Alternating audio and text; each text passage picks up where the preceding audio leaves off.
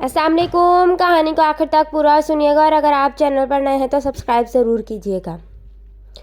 वह मासूम इस बात से बिल्कुल बेखबर थी कि उसका मजूर बाप कितने मुश्किल से भीख मांग मांग कर एक एक रुपया जमा करता है। वो तो बच्ची थी, बस आज बेकरी से कुछ मीठा खाने की ज़िद करने लगी।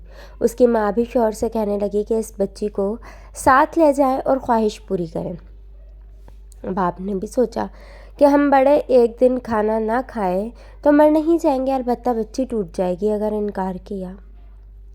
वह बच्ची को साथ लेकर बाज़ार चला। 30-40 दुकान थे। वह मुश्किल 12 रुपये जमा किए। वहाँ 3 बेकरियाँ थीं। पहले 2 में दाखिल होते ही वापस जाने का और दूसरी बेकरी से ख़रीदने का कहा गया। वो जानते थे कि ये गरीब लोग जितना ख़रीदते हैं वो उनके मेयार के ख़िलाफ़ है। तीसरी बेकरी में गया तो बेकरी वाले की चेहरे पे मुस्कुराहट थी। बच्ची भी खुश हुई कि यहाँ से ख्वाहिश पूरी हो जाएगी। बेकरी वाला बहुत शरीन लहजे में पूछने लगा कि इनकी क्या मदद की जाए।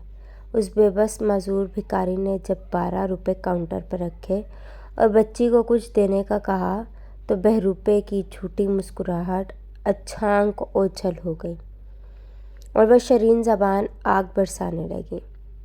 बच्ची ये सुनकर ज़ारों कतार रोने लगी कि तुम गरीब लोगों ने हमारी बेकरी को मजाक समझा है क्या? रोटी मिलती नहीं और आए हो मीठा खाने।